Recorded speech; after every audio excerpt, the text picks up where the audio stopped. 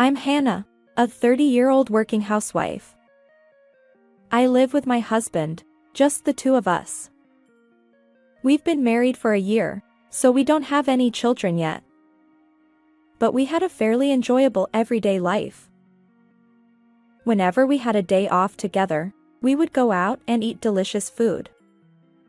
We both worked, so we indulged ourselves a little and had fun. At our age, there are many people who already have children, but we weren't pressured to have any. Both my parents and my in-laws seemed to think that we should leave it to the stork's mood. Besides, we were newlyweds, so we wanted to enjoy ourselves while we could. That's how we spend our days, but lately my husband's behavior has changed. He's always sneaking around, and he's cold when I talk to him. He always holds his smartphone, and he takes it with him even when he goes to the bathroom or the bath. When I pointed it out to him, he got very angry. Hey, don't you think you're playing with your phone too much? You take it everywhere, don't you? Can't you do something about it? What? It's none of your business. What does it have to do with you? Well, it doesn't, but still. Our conversation has decreased, hasn't it? We're still newlyweds, you know? Shut up. Are you my mother? Let me do what I want. Do you know who's making this lifestyle possible for you? What? I'm the one who earns money and feeds you, so don't tell me what to do. Got it? Understand? I was shocked by what he said to me. I didn't think he was such a chauvinist, and I was also surprised. Sure, his income was higher than mine. But I worked too. I worked hard, and I wasn't relying on him for everything. Even if I was a full-time housewife, I wouldn't want to be spoken to like that. It was a completely inconsiderate remark, and I couldn't forgive it. He said he was the one who made it possible for me to live, but who did he think was doing the household chores? He helped me with them for the first month after we got married. But he doesn't do any housework anymore. He acts like it's natural for me to do it. I was also annoyed by that. So I talked back to him. Hey, you said who's making this lifestyle possible for you, right?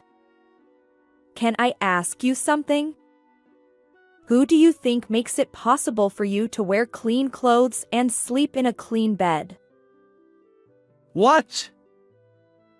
I'm the one who always does the laundry and makes the bed, right? Wrong. You don't do any housework at all, do you? Don't act so arrogant. Then he got even angrier and hurled horrible words at me. They were so bad that I wanted to cover my ears.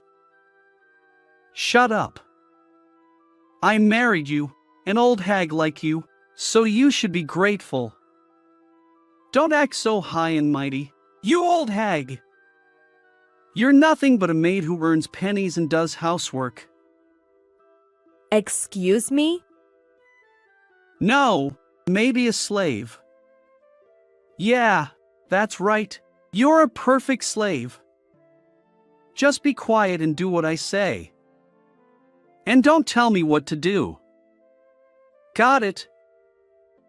He said that while tearing up the beauty magazine that I loved to read, which was lying around. I was going to read it now, and I was very sad. I had been looking forward to buying it every month. It wasn't a big amount of money, but it was quite shocking to me. He was so angry that he exploded in a tantrum. He wasn't like that when we were dating, and I didn't know at all. He didn't even get that angry when we first got married. Maybe this was his true nature. I started to hate him more and more. But he was someone I loved once. Maybe if I tried to compromise a little, we could understand each other better. I thought that, and I tried to understand him somehow. But he didn't seem to want to compromise with me. He didn't help me at all when I was busy with housework. And he didn't take care of me when I was sick in bed with a cold. He even treated me like a germ and told me not to come near him. I didn't catch a cold on purpose, and I wasn't wandering around the house. But it was okay to go get a drink, right? He frowned when he saw me standing in front of the fridge. I felt so hopeless and sad. After that, our relationship didn't improve much. But he bought me a bouquet of flowers for my birthday. Maybe he was trying to compromise with me after all, I thought, and I was happy. I put the flowers in a vase and changed the water regularly. He loves me. Just thinking that, I felt like I could understand him better. As the end of the year approached, there was talk of visiting my in-laws' house. My husband seemed very excited about it. However, as a nurse, it didn't matter to me whether it was the end of the year or not. Since I couldn't take time off, we decided that my husband would go alone. He works for a major company, and it seems he can take time off relatively easily. My husband happily announced that he would spend 4 days at his parents' house. Well then, I'll head to my parents' place. Sure, I understand. Sorry, I can't go. No, it's fine. Can't be helped. I'll visit just for that one day when I have time off. Got it.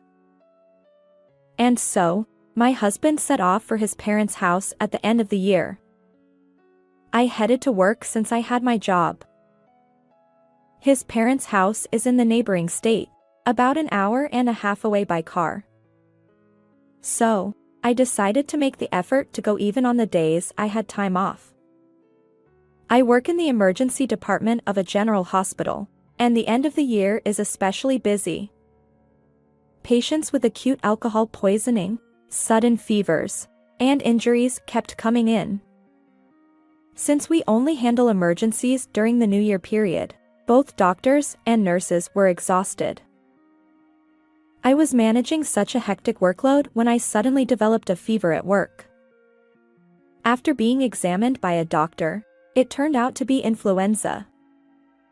Feeling terrible and not wanting to risk spreading it to other staff or patients, I was told to go home. Even though it was my night shift, I felt apologetic. Thinking that luck wasn't on my side, I decided to head home. Well, my body was exhausted, so I planned to rest and sleep. And so, I finally arrived home. I unlocked the door with a click and stepped inside. That's when I heard the sound of the shower. Our house has a bathroom right near the entrance. So, the sound of the shower was clearly audible. As I stepped inside, I caught a faint scent of perfume I had never smelled before. I realized everything, but for now, I decided to send my husband a message. Somebody is in the house. Hey, what should I do? It must be a burglar. Run away now. Okay. He must be cheating on me, I'm sure of it. And with some woman I don't know, in this house. He didn't love me after all. I was so happy when he gave me that bouquet of flowers that day. I felt betrayed and full of anger. But I quietly closed the door of the house. I didn't want them to notice me, so I closed it as quietly as possible. Then I contacted all of his relatives on his side. Of course, his parents too. Our house is an apartment, and the parking lot is a multi-story one. So they wouldn't find out if I called from there. After waiting in the car in the parking lot for a while, relatives and in-laws arrived. They had quite angry expressions, especially my mother-in-law, who looked furious. And when I gently opened the door again, my mother-in-law burst into the bathroom. What are you doing? Oh no! Eek! It seemed that my husband and his young affair partner were playing in the bubble bath. Perhaps they had already showered. Even in the bathroom, my husband was holding his phone, but he dropped it into the foamy water. He must have been recording something scandalous. You've really gone and cheated on me, you scoundrel. Wait, listen! It's not what you think. It's not exactly cheating. What's different? Doing something like this with a woman I don't even know. No matter how you explain it, it's still cheating, isn't it? My husband looked like he was about to cry as he glanced at me. Even the affair partner, tears in her eyes, looked up at me. I absolutely couldn't forgive these two. So, I took out my phone and played back the recording. The truth is, when I entered the house earlier, I had recorded their scandalous conversation. This is undeniable evidence of the affair. This conversation definitely sounds scandalous, doesn't it? How are you going to explain it? Well, you see, it wasn't serious, just fooling around. My husband's foolish explanation set off my mother-in-law's anger. And she yelled at them like crazy. What do you mean it's not cheating? Don't you feel sorry for Hannah? I didn't know you were such a fool. The quiet father-in-law was also angry and scolded his son. He was very gentle, but I was surprised to see him so angry. And the relatives around them also started to blame them. The husband was cowering in a shameful state. The mistress had already started crying. You said you had something urgent to do today and left, but you were doing this. You did this to have fun cheating. Well, You're no longer my son or anything. You're a stranger from today. what? The husband looked very shocked. It was natural, since he was disowned by his own parents. But it was his fault for doing such a thing. He was certainly wrong. One of the relatives was a very scary uncle, and he cursed the husband a lot.